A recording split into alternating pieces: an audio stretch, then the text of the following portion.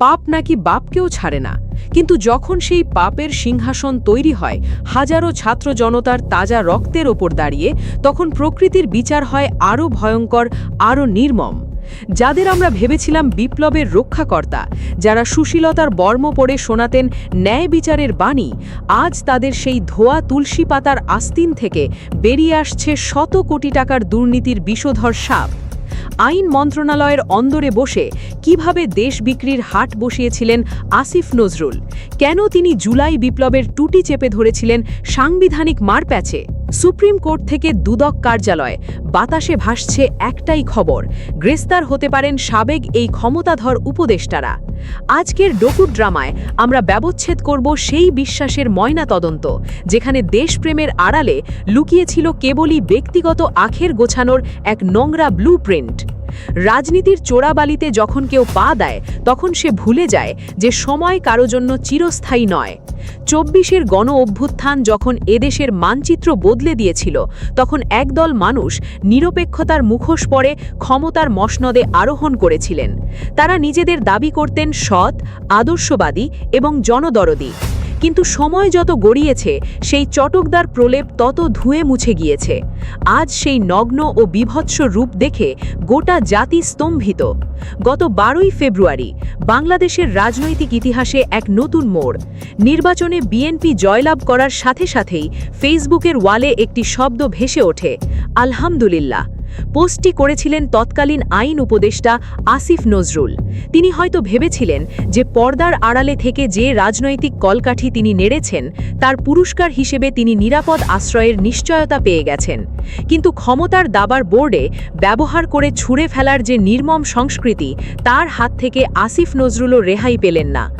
আজ যে বিএনপিকে তিনি ক্ষমতায় বসাতে প্রাণপণ চেষ্টা করেছিলেন, তারাই হয়তো তার দুর্নীতির ফাইল খুলে বসে আছে। আজ রাজধানী যখন উত্তপ্ত, ঠিক তখনই দুর্নীতি দমন কমিশন বা দুদকে জমা পড়েছে এক বিস্ফোরক অভিযোগ। সুপ্রিম কোর্টের প্রথিতযশা আইনজীবী ব্যারিস্টার সারোয়ার হোসেন সশরীরে উপস্থিত হয়ে সাবেক আইন উপদেষ্টা আসিফ নজরুল এবং তার একান্ত সচিব মাসুমের বিরুদ্ধে শত কোটি টাকার দুর্নীতির পাহাড়সম অভিযোগ দাখিল করেছেন। এটি কোনো সাধারণ অভিযোগ নয়, এটি এক পরিকল্পিত লুণ্ঠনতন্ত্রের দলিল। আইন মন্ত্রণালয়ের মতো একটি পবিত্র দফতর, যার কাজ ছিল দেশের বিচার ব্যবস্থায় সুশাসন ফিরিয়ে আনা, সেটিকে আসিফ নজরুল বানিয়ে ফেলেছিলেন একটি ব্যক্তিগত টাকার মেশিন। বদলি বাণিজ্য থেকে শুরু করে খুনিদের জামিন, সবকিছুই কি তবে নিলামে উঠেছিল? এই অন্ধকার জগতের আরও গভীরে আমরা প্রবেশ করব, কিন্তু তার আগে ক্ষমতার দাপটে পিষ্ট হওয়া সত্যগুলোকে যারা সাহসের সাথে তুলে ধরে, সেই নিউজ বিডি লাইভ চ্যানেলটি এখনই সাবস্ক্রাইব করে আমাদের সাথে থাকুন। বেল আইকনটি চেপে দিন, কারণ বিপ্লবের সাথে বেইমানি করা প্রতিটি মানুষের আসল চেহারা আমরা এই প্ল্যাটফর্মেই উন্মোচন করব।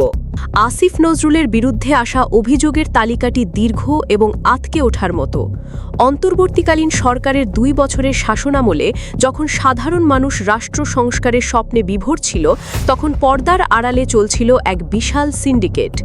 অভিযোগ উঠেছে, আইন মন্ত্রণালয়ের কোনো প্রকার নীতিমালা বা নিয়মের তোয়াক্কা না করে ২৮৬ জন সাব রেজিস্ট্রারকে বদলি করেছেন আসিফ নজরুল।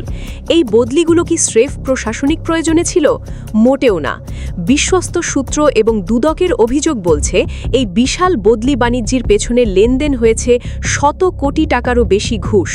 প্রতিটি টেবিল, প্রতিটি ফাইলে ছিল টাকার ঝনঝনানি। যে বিচার বিভাগকে কলঙ্কমুক্ত করার ওয়াদা দিয়ে তিনি চেয়ারে বসেছিলেন, সেই বিচার বিভাগকেই তিনি পরিণত করেছিলেন দুর্নীতির স্বর্গরাজ্যে। এখানেই শেষ নয়। আসিফ নজরুলের বিরুদ্ধে অভিযোগের তীরের ধার আরও তীক্ষ্ণ হয়েছে যখন সুনির্দিষ্টভাবে উঠে এসেছে বড় বড় কর্পোরেট গ্রুপকে অনৈতিক সুবিধা দেওয়ার কথা। বলা হচ্ছে, দেশের একটি নামকরা শিল্প গ্রুপের সিইওকে জেল থেকে ছাড়িয়ে আনতে বা জামিন পাইয়ে দিতে তিনি নাকি ২০ কোটি টাকার গোপন রফদফায় অংশ নিয়েছিলেন। এমনকি গত সরকারের মদতপুষ্ট গান বাংলা টিভির কর্ণধার কৌশিক হোসেন তাপসকে বিপুল অর্থের বিনিময়ে আইনি সুরক্ষা দেওয়ার অভিযোগও এখন প্রকাশ্য। গত ৮ মাসে ঢাকা এবং এর পার্শ্ববর্তী জেলাগুলোতে বিচারক নিয়োগ ও পদায়নের ক্ষেত্রে ক্ষেত্রে এক অঘোষিত বিডিং বা নিলাম চলত। একজন বিচারকের কাঙ্ক্ষিত পোস্টিংয়ের জন্য 50 লাখ থেকে শুরু করে 2 কোটি টাকা পর্যন্ত লেনদেনের খবর চাউর হয়েছে। প্রশ্ন জাগে, যে বিচারক টাকা দিয়ে তার চেয়ার কেনেন তিনি কি সাধারণ মানুষকে ন্যায় বিচার দেবেন নাকি বিনিয়োগ উসুল করবেন? একের পর এক সুনির্দিষ্ট অভিযোগ আসিফ নজরুলকে আজ কাঠগড়ায় দাঁড় করিয়ে দিয়েছে।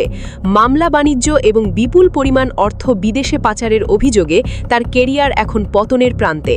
তবে আর্থিক দুর্নীতির চেয়েও যে অপরাধটি এদেশের তরুণ সমাজকে সবচেয়ে বেশি ব্যথিত করেছে তা হল রক্তক্ষয়ী বিপ্লবের সাথে তার চরম বিশ্বাসঘাতকতা। একটু ফ্ল্যাশব্যাক করা যাক। 5ই অগস্ট যখন শেখ হাসিনা পালিয়ে গেলেন তখন রাজপথের বিপ্লবীদের দাবি ছিল একটি বিপ্লবী সরকার গঠন করা। সেই সরকার শপথ নেবে শহীদ মিনারে। কিন্তু আসিফ নজরুল তখন কী ভূমিকা রেখেছিলেন? তিনি তার তাত্ত্বিক মারপেঁচে বিপ্লবীদের বোঝালেন যে সাংবিধানিক শূন্যতা তৈরি করা যাবে না। তার এই চতুর পরামর্শেই বিপ্লবী সরকার গঠিত হতে পারেনি। উল্টো বিপ্লবীরা শপথ নিতে বাধ্য হল পতিত স্বৈরাচারের রাবার স্ট্যান্ড রাষ্ট্রপতি শাহাবুদ্দিন চুপ্পুর কাছে। এটি কি স্রেফ আইনি পরামর্শ ছিল নাকি কোনো গভীর ষড়যন্ত্রের? অভিযোগ রয়েছে তিনি নিজেই কিছু ভুয়া সমন্বয়ক তৈরি করে তাদের নিয়ে ক্যান্টনমেন্টের নাটক সাজিয়েছিলেন, যাতে ক্ষমতার রিমোট কন্ট্রোল তার এবং একটি বিশেষ মহলের হাতেই বন্দী থাকে। 24-এর গণঅভ্যুত্থানকে যারা হাইজ্যাক করতে চেয়েছিল, আসিফ নজরুল ছিলেন তাদের মূল স্থপতি। আসিফ নজরুল যদি হন আইনি মারপ্যাচে বিপ্লবকে বন্দী করার কারিগর, তবে সৈয়দা রিজওয়ানা হাসান ছিলেন সেই ব্যবস্থার এক অদৃশ্য স্তম্ভ, যিনি সারা জীবন পরিবেশ রক্ষা আর সুশাসনের বুলি আউড়ে সাধারণ মানুষের হাততালি কুড়িয়েছেন। আজ খোদ দুর্নীতি দমন কমিশনের নথিতে তার নামের পাশে যুক্ত হয়েছে শত শত অভিযোগের পাহাড়। সত্য যখন প্রকাশ পায় তখন সেটি সুশীলতার বর্ম ভেদ করেই বেরিয়ে আসে।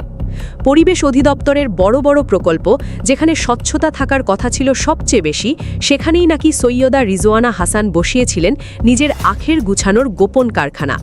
অভিযোগ উঠেছে প্রকল্প অনুমোদনের নামে বিপুল পরিমাণ অর্থ আত্মসাৎ করেছেন তিনি। শুধু তাই নয়, অন্যের মূল্যবান সম্পত্তি দখল এবং তার স্বামীর মালিকানাধীন সম্পত্তি সংক্রান্ত এমন কিছু তথ্য দুদকের টেবিলে জমা পড়েছে যা শুনলে যে কোনো সচেতন নাগরিকের পিলে চমকে উঠবে।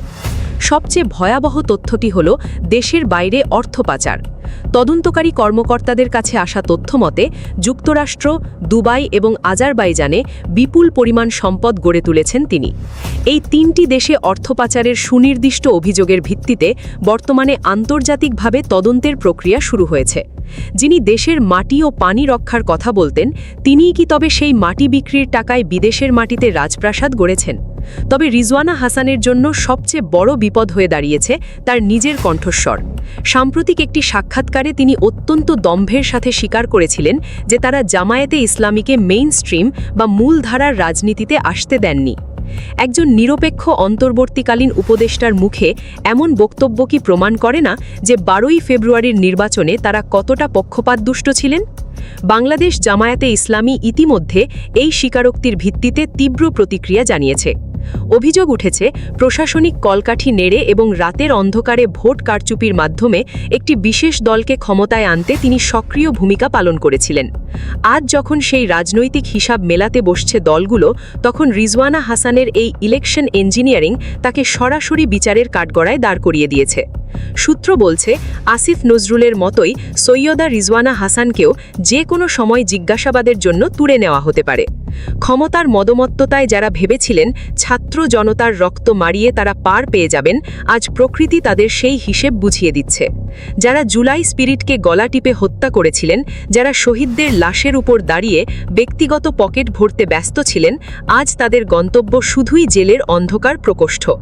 ক্ষমতার চিরস্থায়ী বন্দোবস্ত করতে গিয়ে তারা যে গর্ত খুঁড়েছিলেন, আজ সেই গর্তেই তারা নিমজ্জিত হতে যাচ্ছেন। রাজনীতির মঞ্চে আয়নাঘর যেমন থাকে, তেমনি থাকে আয়নার সামনে দাঁড়ানোর দিন। আসিফ নজরুল এবং সৈয়দা রিজওয়ানা হাসান, যাদের দাপটে একসময় সচিবালয়ের দেয়ালগুলো কাঁপত, আজ তারা নিজেরাই নিজেদের ছায়া দেখে চমকে উঠছেন। বিশ্বস্ত গোয়েন্দা সূত্র বলছে, দেশ ত্যাগের সব পথ বন্ধ হয়ে যাওয়ায় তারা এখন খাঁচায় বন্দি বাঘের মতো ছটফট করছেন। গোয়েন্দা নজরদারি এখন তাদের ড্রয়িং রুম পর্যন্ত পৌঁছে গেছে। আসিফ নজরুল ভেবেছিলেন 12ই ফেব্রুয়ারি রাতে আলহামদুলিল্লাহ লিখে তিনি ইতিহাসের দায় থেকে মুক্তি পাবেন। তিনি ভেবেছিলেন নতুন প্রভুদের তুষ্ট করলেই তার 7 খুন মাফ। কিন্তু না, রাজনীতি বড্ড নিষ্ঠুর। আজ সেই বিএনপি সরকারই তাদের দুর্নীতির ফাইলগুলো একে একে জনসমক্ষে আনছে। কেন জানেন? কারণ কোনো সরকারই চায় না বেঈমানদের দায় নিজের কাঁধে নিতে, আন্তর্জাতিক মহলের কাছে নিজেদের ইমেজ পরিষ্কার রাখতে এবং নিজেদের ক্ষমতা নিরঙ্কুশ করতে আজ এই ব্যবহৃত উপদেষ্টাদের বলি দেওয়া হচ্ছে। এটিই কি তবে সেই প্রকৃতির বিচার যা তারা কখনো কল্পনাও করেননি? সৈয়দা রিজওয়ানা হাসানের সেই দমভক্তি আজ তার গলার ফাঁস হয়ে দাঁড়িয়েছে। রাজনৈতিক দলগুলোকে নিষিদ্ধ করা বা তাদের মেইনস্ট্রিমে আসতে না দেওয়ার যে ইঞ্জিনিয়ারিং তিনি করেছিলেন, আজ সেই দলগুলোই তার বিচারের দাবিতে রাজপথে নেমেছে। জামায়াতে ইসলামীর পক্ষ থেকে আসা সুনির্দিষ্ট অভিযোগ এবং তার স্বীকারোক্তি তাকে কেবল পদচ্যুত নয়, বরং ইতিহাসের খলনায়িকা হিসেবে প্রতিষ্ঠিত করার জন্য যথেষ্ট। আজ এই নিস্তব্ধ বিকেলটি যেন ঝড়ের আগের পূর্বাভাস। গুঞ্জন উঠেছে যে কোনো মুহূর্তে তাদের গ্রেফতারের ঘোষণা আসতে পারে। আজ তাদের বিদায় ঘণ্টা বাজছে। দুদকে খোলা হয়েছে তাদের আমলনামা, আর জেলের তালাগুলো হয়তো তাদের অপেক্ষায় শব্দহীনভাবে হাসছে।